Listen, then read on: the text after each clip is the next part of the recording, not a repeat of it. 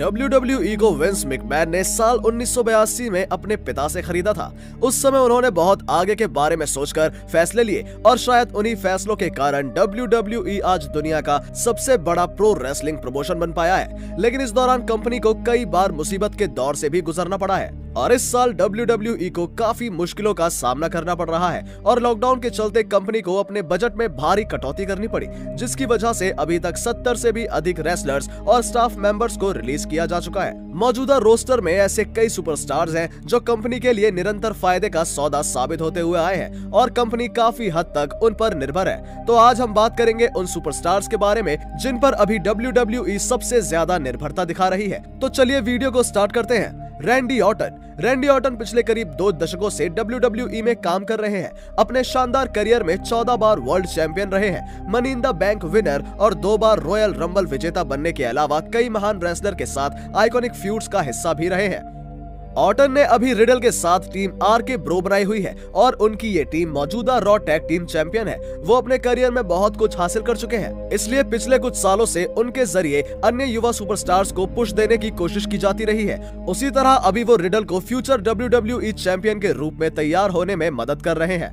हाल ही में उन्होंने WWE इतिहास में सबसे ज्यादा 177 PPV में मैच लड़ने का रिकॉर्ड अपने नाम किया है। इस बात में कोई संदेह नहीं है कि उनका अनुभव आने वाले कई सालों तक WWE को फायदा पहुंचाता रहेगा।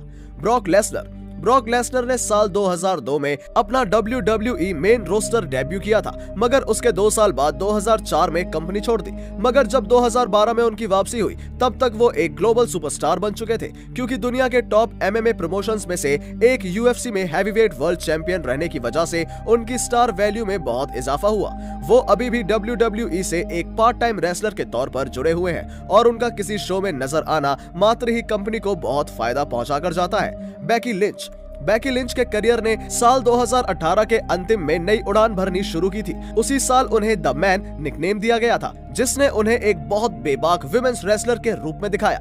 बेकी ने इस दौरान प्रेगनेंसी के कारण 1 साल से ज्यादा समय का ब्रेक भी लिया, लेकिन ब्रेक के बाद भी फैंस के दिलों में उनका क्रेज कम नहीं हुआ है। बेकी मौजूदा रॉ विमेंस चैंपियन है। अभी चाहे वो हील रेसलर का किरदार ही क्यों ना निभा रही हो, लेकिन इस बात को नकारा नहीं जा सकता कि वो मौजूदा WWE विमेंस रोस्टर की टॉप सुपरस्टार है।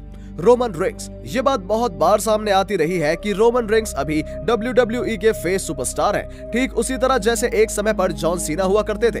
रोमन रेंस कंपनी के टॉप बेबी फेस सुपरस्टार भी रहे हैं, लेकिन उस समय क्राउड उन्हें बू कर रहा था। लेकिन हील कैरेक्टर में आने के बाद उनके करियर ने नई उड़ान भरी है। रोमन रेंस चाहे अभी हील हो, लेकिन उनका ट्राइबल चीफ कैरेक्टर पिछले 1 साल से हर किसी की जुबान पर छाया हुआ है। अभी WWE में जिस पोजीशन पर रोमन रेंस हैं, उसे देखकर ऐसा कहना गलत नहीं होगा कि उनके जाने से विंस मैकमैन का प्रमोशन खुद को बहुत गहरे संकट की स्थिति में पहुंचा सकता है। तो दोस्तों, आपको क्या लगता है? आप कमेंट करके जरूर बताइएगा। धन्यवाद।